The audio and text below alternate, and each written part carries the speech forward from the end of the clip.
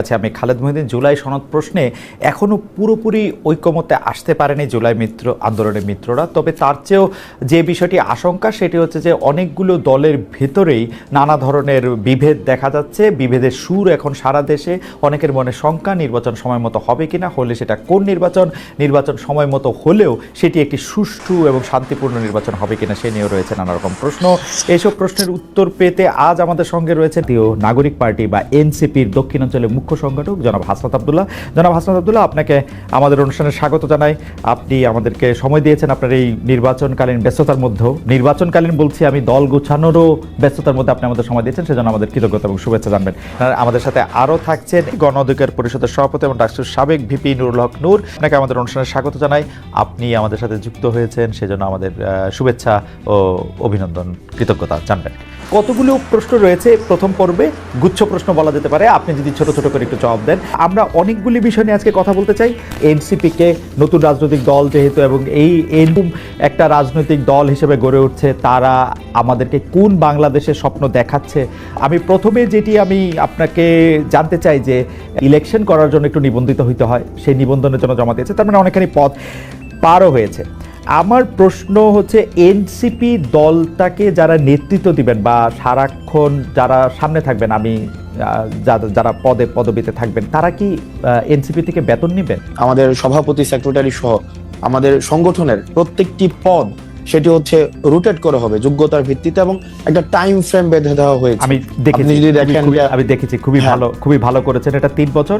আমার প্রশ্ন হচ্ছে, প্রথম দিকে যে 5 জন নেতৃত্বে দিবেন বা 10 জন নেতৃত্বে দিবেন, তারা কি দল থেকে বেতন নেবেন কিনা 3 বছর থাকলেও?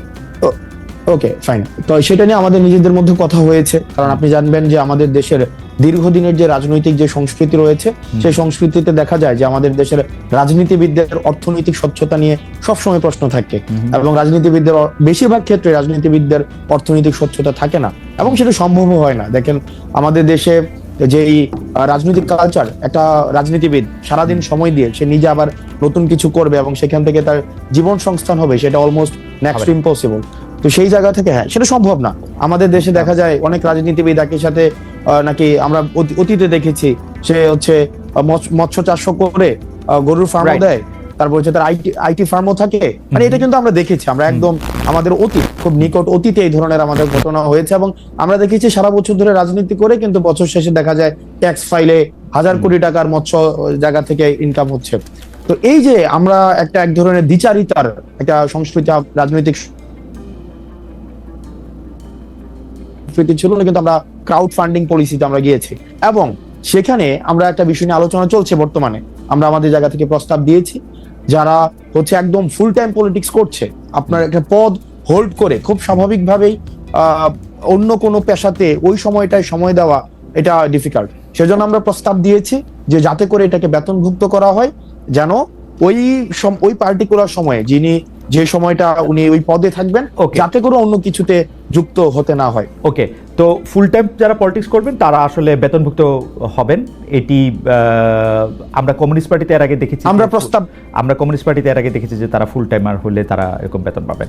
তো সেই ফুল টাইম আমরা প্রস্তাব যারা শুধু নেতৃত্ব দিবেন তারাই পাবেন, নাকি যারা কর্মী তারাও পাবেন? এটা কিভাবে ঠিক করা? আপনারা প্রস্তাবটা কি দিয়েছেন?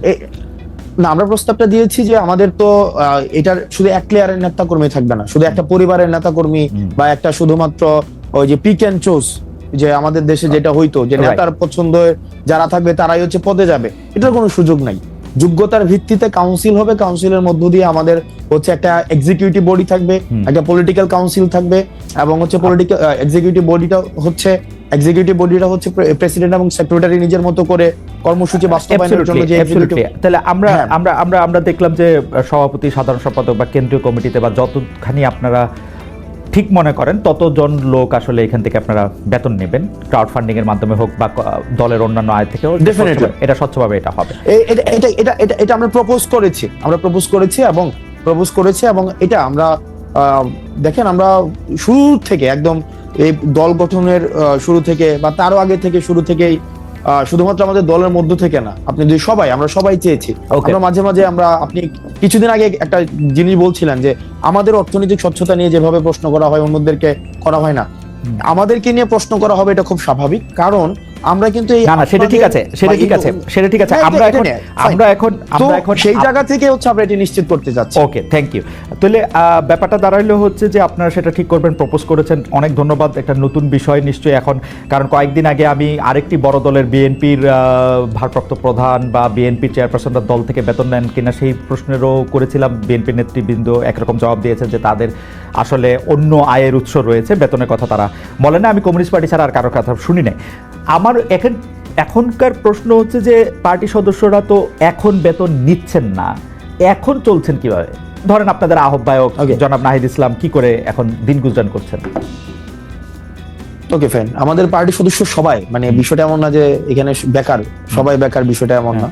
আমার নিজস্ব কর্মসংস্থান রয়েছে, আমাদের পার্টির হচ্ছে অলমোস্ট সবারই কর্মসংস্থান।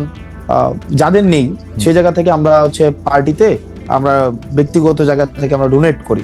যেমন আমাদের পার্টির সদস্যদের ইনিশিয়াল 5,000 টাকা করে হচ্ছে আমরা সদস্য ফর্মের ইয়া ছিল, মানে পার্টিতে যারা মেম্বার ছিল, তারপরে মান্থলি বেসিসে হচ্ছে আমরা সেখানে ডোনেট করি।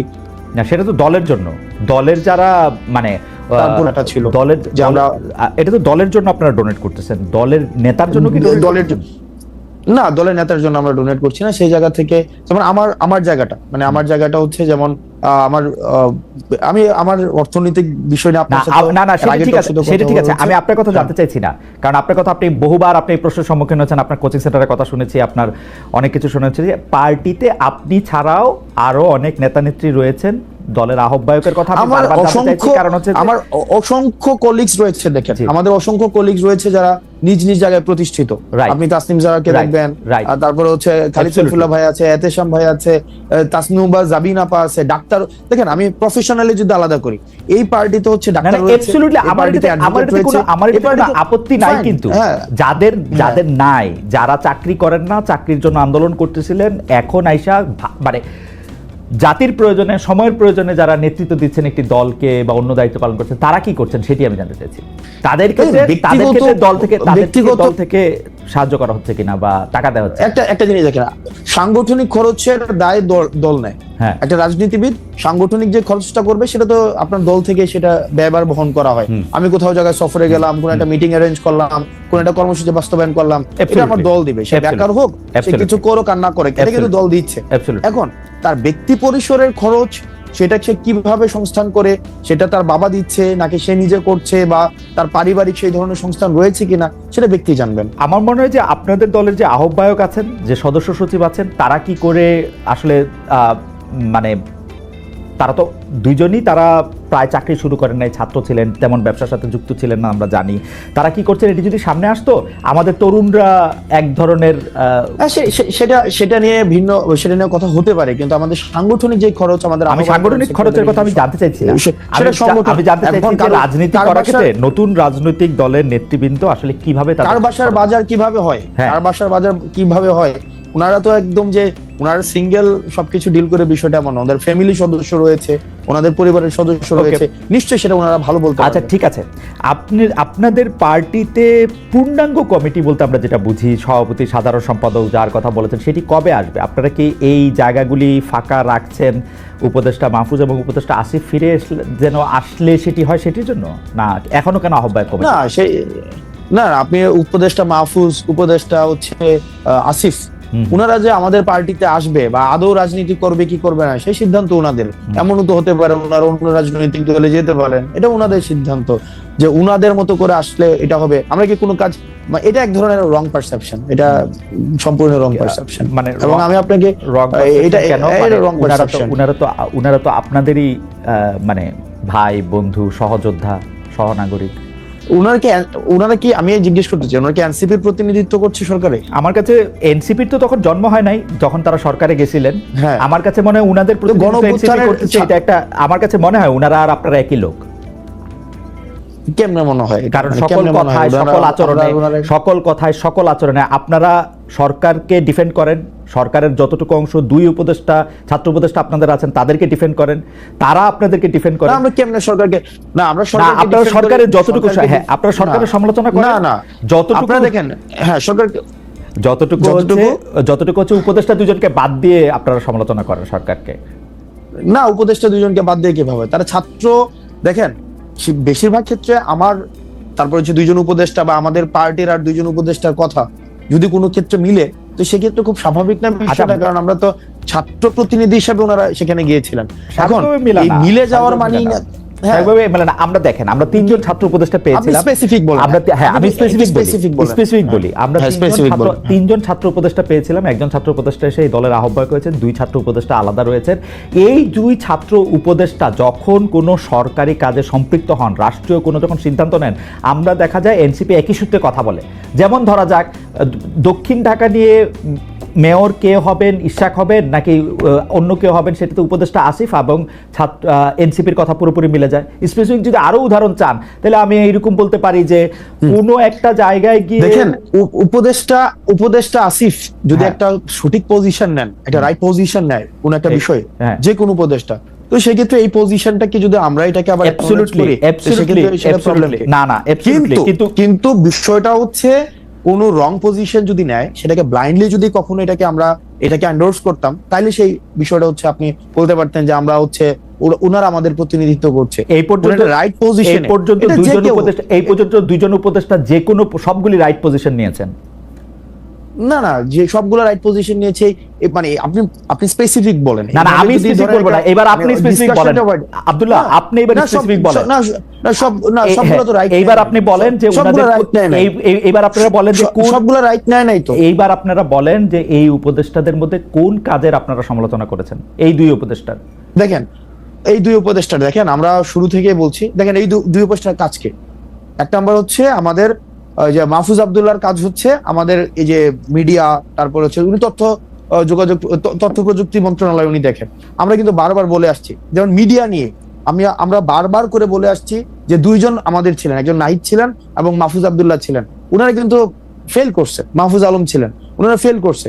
কারণ এই যে মিডিয়া যেভাবে সন্ত্রাস ম্যানুফ্যাকচার করেছে বা বৈধতা উৎপাদন করেছে, সেটির জন্য প্রয়োজনীয় ব্যবস্থা নেওয়ার দায়িত্ব ছিল, সেটা নিতে পারে নাই। এই কথাগুলো কিন্তু আমরা সব সময় বলে আসছি। এই ব্যাপারগুলো কিন্তু আচ্ছা যাই হোক হাসান, আজকে অনেক আপনারা প্রথম কথা হলো আমি বলি, প্রথম কথা হলো যে আপনি আমার চেয়ে অনেক স্মার্ট। আপনি যদি এখন শাক দিয়ে মাছ ঢাকতে চান তাহলে আমি এটা আমি বলতেছি যে আপনি মাহফুজের বা আসিফের কোন কাজের আপনি সমালোচনা করছেন? আপনি বলতেছেন যে যথেষ্ট পরিমাণে যে যারা হাসিনার আমলে সম্মতি উৎপাদন করছে তাদের বিরুদ্ধে যে ব্যবস্থা নেওয়া হয় নাই, সেইটা হলো মাহফুজের ব্যর্থতা বা আসিফের ব্যর্থতা। না দেখেন আপনি অবশ্যই ব্যর্থতা। কেন? মানে এখনো পর্যন্ত ওটা তো ওনার কাজ, এটার জন্য আবার আসিফকে দায়ী করা যাচ্ছে না। আসিফের কাজ হচ্ছে এলজিআরডি উনি দেখেন, উনি স্পোর্টস মিনিস্ট্রি দেখেন, আসিফ মাহমুদ এই দুইটা মন্ত্রণালয় দেখেন। এখন এই দুইটা মন্ত্রণালয়ের আপনি বলেন না যে কোন বিষয়গুলা আপনি বলেন। আমি ইশাকের কথা বললাম, মেয়র ইশাকের ক্ষেত্রে আসিফের অবস্থান এবং সেই আসিফ জনাব আসিফ নজরুল, দেখেন আসিফকে আমরা কি দেখেন আমি একজন আসিফকে কোনোভাবে উত্তর ঢাকায় প্রশাসক নিয়োগের ক্ষেত্রে আসিফের গাজোয়ারি অবস্থান আপনারা কোনোদিন প্রতিবাদ করেন না। এটা অন্য কোনো দুটি ক্যাম্পেইন সোশ্যাল মিডিয়াতে আমরা দেখতে পাচ্ছি। একটি হচ্ছে ডক্টর ইউনূসকে 5 বছর ক্ষমতায় চাওয়া, দ্বিতীয়টি হচ্ছে বিএনপির যেসব জাতীয় নেতা নির্বাচনের দাবিতে সোচ্চার ছিলেন তাদের ব্যঙ্গ করে ক্যাম্পেইন। এই দুটি ক্যাম্পেইন নিয়ে আপনাদের অবস্থান কি? কোন চাওয়াটা বা কোন দাবিটার পক্ষে আপনারা? জনাব লক্ষ্ণৌর। ডক্টর ইউনূসকে 5 বছর নির্বাচিত সরকারে পাওয়ার একটা আকাঙ্ক্ষা আমাদের এই আন্দোলনের, বিশেষ করে ছাত্র আন্দোলনের একজন পরিচিত ছাত্র নেতা তিনি ফেসবুকে স্ট্যাটাস দিয়েছিলেন, যেটা কি মূলত অনেকে ভেবেছে যেহেতু তার সোশ্যাল মিডিয়াতে একটা বড় ফ্যান ফলোয়ার্স আন্দোলন কেন্দ্রিক আছে, অনেকে সেটা কপি করেছে, প্রচার করছে, ভাবছে যে যেহেতু তারা এই আন্দোলনের একটা পরিচিত মুখ বা পরিচিত নেতা, কাজে এটা হয়তো তাদের দৃষ্টিভঙ্গি। এবং যেহেতু তাদের মধ্যে আবার সরকারেও তাদের দুজন এখনো প্রতিনিধি আছে, 3 জন ছিল, একজন পদত্যাগ করে দল গঠন করেছে, অনেকে ভেবেছে তাহলে এটা বোধহয় এই সরকার ছাত্র নেতা তাদের একটা মনোভাব, তো কাজে এইটাকে পাবলিকলি এন্ডোর্স করা বা এটার পক্ষে জনমত গঠন করা, এইরকম ভাবেও কেউ ক্যাম্পেইনটা করতে পারে। তবে এটার সরকারের পক্ষ থেকেও জানানো হয়েছে যে এই ধরনের চিন্তা ভাবনা তাদের নাই। দ্বিতীয় কথা, সরকারের যদি থাকেও এখানে আমি কিংবা সাকিব ভাইয়ের মতো আমরা যারা একটা গণতান্ত্রিক ব্যবস্থার জন্য আওয়ামী ফ্যাসিবাদের বিরুদ্ধে লড়াই করেছি, তারা তো সেটা কখনোই মানবো না। কাজে এই ক্যাম্পেইনের পক্ষে থাকার প্রশ্ন ওঠে না। এবং আপনি কি চান? যে আপনি বলছেন যে ক্যাম্পেইনের পক্ষে, আপনি চান যে ডিসেম্বর বা জুনের মধ্যেই নির্বাচন হোক, সেটা আপনি চান? আচ্ছা, আমার পজিশনটা বলছি, আপনার দুইটার একটু উত্তর দিয়ে আসি। আর সেকেন্ড একটা ক্যাম্পেইন যেটা বলেছেন যে বিএনপির যেসব নেতা ইলেকশনের জন্য খুব সরব এবং সোচ্চার, তাদের বিষয়ে নানান ধরনের একটা ক্যাম্পেইন আবার চলছে, অনেককে হেয় করা হচ্ছে, নানানভাবে প্রশ্নবিদ্ধ করা হচ্ছে।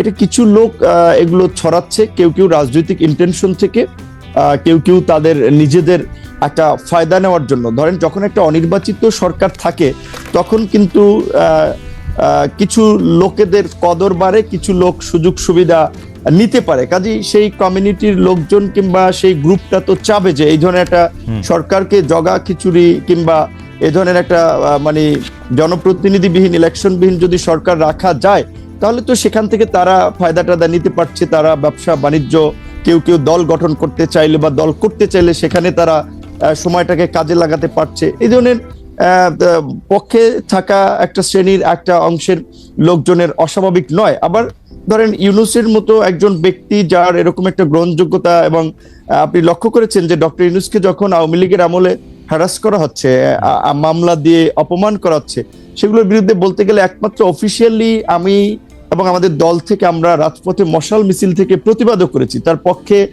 অনেকে আদালতে গিয়েছেন, সেটা ভিন্ন বিষয়। আমরা নৈতিক জায়গা থেকে তার পাশে দাঁড়িয়েছিলাম। তিনি যে আজকে সরকার প্রধান হবেন সেটা কিন্তু আমরা কখনো কল্পনাও ওইভাবে করি নাই। তো তিনি হয়েছেন, আমাদের একজন পছন্দের মানুষ ছিলেন, আমরা সবাই সন্তুষ্ট এবং আমরা তাকে সহযোগিতা করতে চাই ওই জায়গা থেকে যে এই অন্তর্বর্তীকালীন যে এই ফ্যাসিস্ট সরকার পালিয়ে যাওয়ার ফলে যে একটা সাংবিধানিক এবং রাজনৈতিক দেশের সংকট তৈরি হয়েছিল, এই পরিস্থিতি থেকে উত্তরণের জন্য এবং জন আকাঙ্ক্ষার একটা অবাধ সুষ্ঠু নিরপেক্ষ নির্বাচন করার জন্য আমরা একজন নিরপেক্ষ ব্যক্তিকে ইমাম বা নেতা বানিয়েছি, যে তিনি জনগণ এবং রাজনৈতিক দলগুলোর প্রতি ইনসাফ করবেন, একটা সুষ্ঠু নির্বাচনের পথে দেশকে এগিয়ে নিয়ে যাবেন। এবং আমাদের যে প্রত্যাশা যে রাষ্ট্রের কিছু মৌলিক সংস্কার, যেটা গত 16 বছরে আওয়ামী লীগ রাষ্ট্রের চরিত্রটাকে নষ্ট করে একটা ফ্যাসিবাদী রাষ্ট্রে পরিণত করেছে, সেই সংস্কারের জন্য আমরা বলেছি যতটুকু সময়ের প্রয়োজন সেই সময়টুকু সকল রাজনৈতিক দল, আমরা যারা গণতন্ত্রের জন্য লড়াই সংগ্রাম করেছি, ফ্যাসিবাদের আমলে লড়াই সংগ্রাম করেছি, তারা দিতে চাই।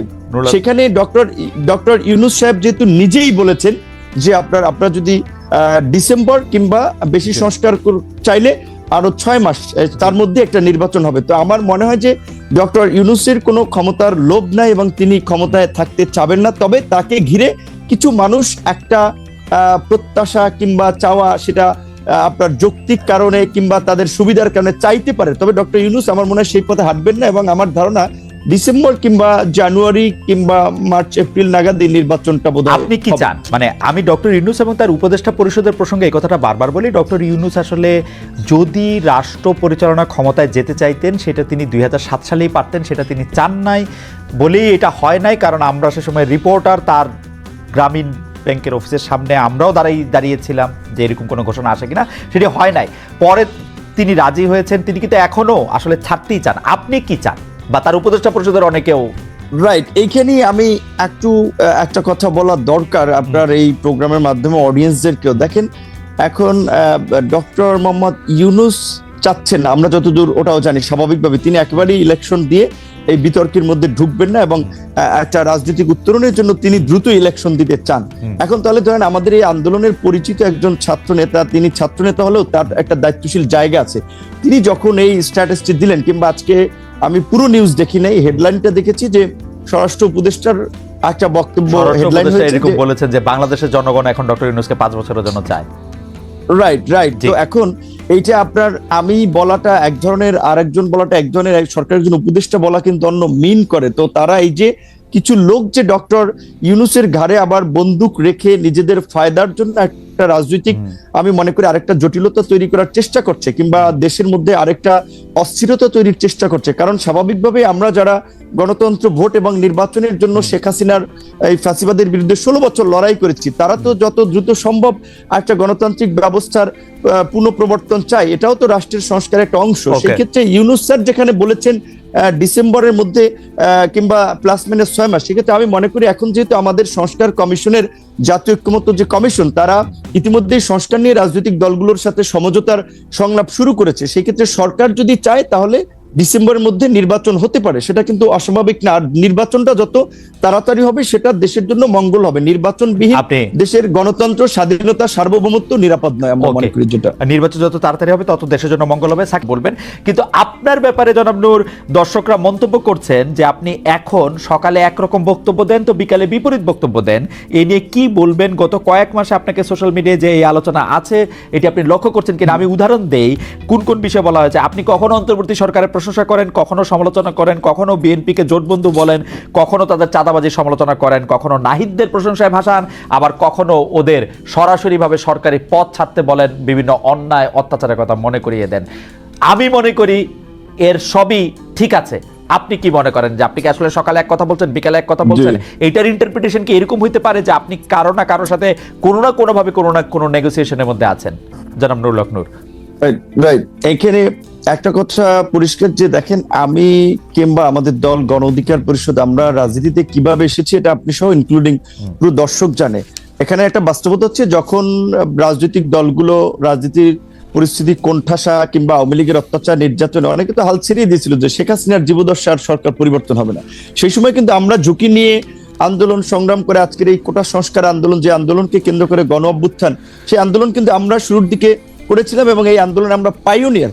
আমরা কোনো সুযোগ সুবিধা কিংবা প্রলোভনে এই পর্যন্ত পড়েছি বা বিক্রি হয়েছি এটা কেউ বলতে পারবে না। এখন একটা বিষয় হচ্ছে কি, ধরেন এই শেখ হাসিনা এই পরিস্থিতির পূর্বে স্বাভাবিকভাবেই বিএনপি, জামাত থেকে শুরু করে অপোজিশন সবাই আমাদেরকে ফাইন্যান্স করেছে, সাপোর্ট দিয়েছে, সহযোগিতা করেছে। কারণ একটা রাজনৈতিক স্বার্থের জায়গাও যদি বলেন কিংবা বাস্তবতা বলেন, সেই জায়গা থেকে যে এখন ছাত্র একটা আন্দোলন গড়ে তুলতে পারে ডাকসু থেকে বা ডাকসুর নেতৃবৃন্দ, ছাত্র নেতৃবৃন্দ, সেই জায়গা থেকে আমরা সমর্থন পেয়েছি।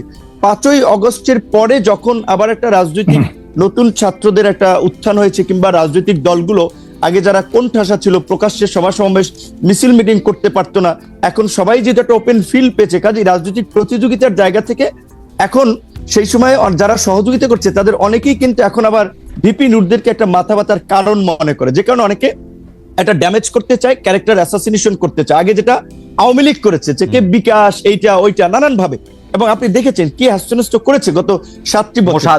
এখন অনেক কিছু বলেছে, কিন্তু একটা ঘটনারও কিন্তু প্রমাণ করতে পারে। এখন আমি পরিষ্কারভাবেই যেটা বলি, শুরুর দিকে আমি বলেছিলাম, সেটা আপনার শুধুমাত্র কোনো পাবলিক আলোচনা নেই, একেবারে জাতীয় ঐক্যমত্যের কমিশনের সাকিবাই তো সাক্ষী, সাকিবাই তো ছিল যখন সর্বশেষও যে জাতীয় সংলাপ হয়েছে, যেখানে সমস্ত রাজনৈতিক দলের নেতৃবৃন্দ ছিলেন, জাতীয় ঐক্যমত্য কমিশনের সদস্যরা ছিলেন, তাদের পরিচিতি পর্বে সেখানে আমি বলেছিলাম যে আমরা মনে করি যে বর্তমান যে অন্তর্বর্তীকালীন সরকার, এইখানে উপদেষ্টাদের সক্ষমতার ঘাটতি আছে, দক্ষতা অভিজ্ঞতার ঘাটতি আছে। যেখানে একজন উপদেষ্টার নাই, একটা মিনিস্ট্রি চালানোর অভিজ্ঞতার তারে দিয়ে রাখছেন 3টা, সরকারটা চলবে কিভাবে? কাজে যদি আপনারা প্রকৃত অর্থে দেশের ভালো কিছু করতে চান, আপনারা এই উপদেষ্টা পরিষদকে জাতীয় সরকার, পলিটিক্যাল পার্টিগুলো এবং আন্দোলনের অংশীজনদের সাথে আলোচনা করে 2 বছরের জন্য এটাকে জাতীয় সরকারের রূপ দেন এবং এটাকে তারপরে আপনারা সংস্কারগুলো বাস্তবায়ন করেন। যেহেতু জাতীয় সরকারের পজিশনে আমি 2 বছরের সময়ের ক্ষেত্রে কিন্তু আমি একমত বলেছি, এবং এটা আওয়ামী লীগের আমলে আমি বলেছিলাম যে 2 বছরের জন্য জাতীয় সরকার। যেহেতু জাতীয় সরকার হয়নি, এখন একটা সরকার হচ্ছে নির্দিষ্ট আপনার বলা চলে বলয়ের লোকজনের, এবং সেখানে এই যে ছাত্ররা এনসিপি একটা দল গঠন করেছে, আবার এনসিপির 2জন উপদেষ্টা আছে, তো এনসিপি সরকারের থেকে দল বানাবে, সরকারি সুবিধা নিয়ে দল বানাবে, এটা কি কোনো দল মানবে? যেই কারণে কিন্তু আমরা বলেছি শুরুর দিকে সরকারের যে গ্রহণযোগ্যতাটা ছিল বা রাজনৈতিক দলগুলোর যে সমর্থনটা ছিল, এখন কিন্তু সরকারের কিছু কর্মকাণ্ড, উপদেষ্টাদের বক্তব্যে এখন সেই সমর্থনটা তারা হারাচ্ছে। সেই জায়গা থেকে আমি বলেছি যে শুরুর দিকে আমরা 2 বছর জাতীয় সরকার, এবং গতকালকে আমাদের সংস্কার কমিশনের যে প্রস্তাবনা, সেখানেও আমরা বলেছি যে সরকার যদি আপনার এই সংস্কারগুলো বাস্তবায়ন করতে চায়, তবে অবশ্যই এই সরকারকে জাতীয় সরকারে রূপান্তর করে অধ্যাদেশের মাধ্যমে এই সংস্কারগুলো বাস্তবায়ন করবে রাজনৈতিক ঐক্যমত্যের ভিত্তিতে, অন্যথায় তারা পারবে না। কিন্তু সেই জায়গা থেকে আমি এইটুকু বলবো যে যারা এখন সত্যিকার অর্থেই যারা এই এনসিপি কে কেন্দ্র করে কিছু নতুন সুবিধাভোগী লোকও তৈরি হয়েছে, যারা আগে কোনোদিন মিছিল মিটিংয়ে দেখিনি, রাজপথে দেখিনি, এখন তারা সমন্বয়ক, বড় বড় নেতা, এখন তারা মনে করছে যে আমরা যারা নির্বাচনের কথা বলছি তাদের খাবার তো বন্ধ হয়ে যাবে। যেই কারণে অনেকে ইন্টেনশনালি সোশ্যাল মিডিয়ায় এই ক্যাম্পেইনটা করছে যে বিপি নূর সকালে এক কথা বলে বিকেল এক কথা। ঠিক আছে, আপনার বক্তব্য পরিষ্কার। সোশ্যাল মিডিয়াতে একেবারেই আপনার বক্তব্য, এটা অনেক উদ্দেশ্যপ্রণোদিতভাবে ক্যাম্পেইন, রাজনৈতিকভাবে ড্যামেজ করার জন্য চরিত্র হনন করার জন্য এইটুকু আমরা বলতে পারি খালেদ ভাই, হ্যাঁ। আপনাকে আওয়ামী লীগের আমলে আমার মনে আছে মির্জা ফখরুল ইসলাম আলমগীর সাহেব আপনার একটা প্রোগ্রামে এসে বলছিল যে আপনার এই প্রোগ্রামটাতে তারও ভালো লাগে। এখন দেখেন আপনাকে কিন্তু অনেকে গালি দিচ্ছে, আবার আওয়ামী লীগের দালাল ফ্যাসিবাদের দোষর বলে। অথচ আপনি যখন আওয়ামী লীগের আমলে ছাত্রলীগ কিংবা অনেককে এসে করা প্রশ্ন করেছেন তখন আমরা তালি দিয়েছি, এখন আবার আমরা গালি দিচ্ছি। না, না, এই যে আমাদের যে একটা স্বভাব, না, না, এই যে একটু বলি খালেদ ভাই, এই যে আমাদের যে মানে বলবো যে সস্তা একটা যে স্বভাব, আমার পক্ষে গেলে তালি বিপক্ষে গেলে গালি, হ্যাঁ। এইখান থেকে যদি আমরা জাতিকে বের করে নিয়ে আসতে না পারি, আমাদের সোসাইটিকে যদি সচেতন না করতে পারি, তাহলে কিন্তু আমরা যে নতুন বাংলাদেশ বিনির্মাণের কথা বলছি, রাষ্ট্র সংস্কারের কথা বলছি, এগুলো কিন্তু টেকসই হবে না। আমাদের মানসিকতার পরিবর্তন আমার দরকার মনে হয় যে আসলে। এই ব্যাপারে কোনো সন্দেহ নাই। তবুও সোশ্যাল মিডিয়াতে যেহেতু আমার বিরুদ্ধে একটা সোশ্যাল মিডিয়াতে কথা আছে, যদিও এই প্রশ্ন আপনাকে অনেকবার করেছি, তারপরেও এই প্রশ্ন আপনাকে আরেকবার করছি, এটা যদি আপনি হ্যাঁ বা না বাইনারিতে জবাব দেন তাহলে এটার সুবিধা। আপনি কি আসলেই মোসাদের টাকা পেয়েছেন জনাব নূর? অনেকেই বলেছেন এই প্রশ্নটা কি আপনাকে করি না, খালেদ আপনাকে ভাই, প্রশ্ন আগেও আমাদের আপনি হ্যাঁ বা না বলে দেন, আমার ব্যাখ্যা দেওয়ার দরকার নাই। না আমি ব্যাখ্যা দেওয়ার দরকার নাই। আমাকে হ্যাঁ। এই কথাগুলো বারবার আনাই হচ্ছে আমাদের রাজনৈতিক ড্যামেজ করার জন্য। Okay. আসলে এইটা নিয়ে অনেক উত্তর দিয়েছি, ব্যাখ্যা দিয়েছি। আমি এটা বলবো যে যারা এগুলা আমার বিরুদ্ধে অভিযোগ যে আমি আপনাকে নাকি এই প্রশ্ন কখনো করি নাই, যদিও আমি আপনাকে এই প্রশ্ন অসংখ্যবার করছি। আমার বিরুদ্ধে এটা হচ্ছে আপনার অভিযোগ। অর্থাৎ আপনি কি না বললেন কিনা যে না, মানে না বলছেন না হ্যাঁ বলছেন, সেটা একটু বলুন। এটা তো প্রমাণ ভাই, এটা অসংখ্য বার বলেছে, এটা বিভ্রান্তিকর বিষয়, এটা একটা প্রোপাগান্ডা ছিল, সেটা তো প্রমাণ। ওকে।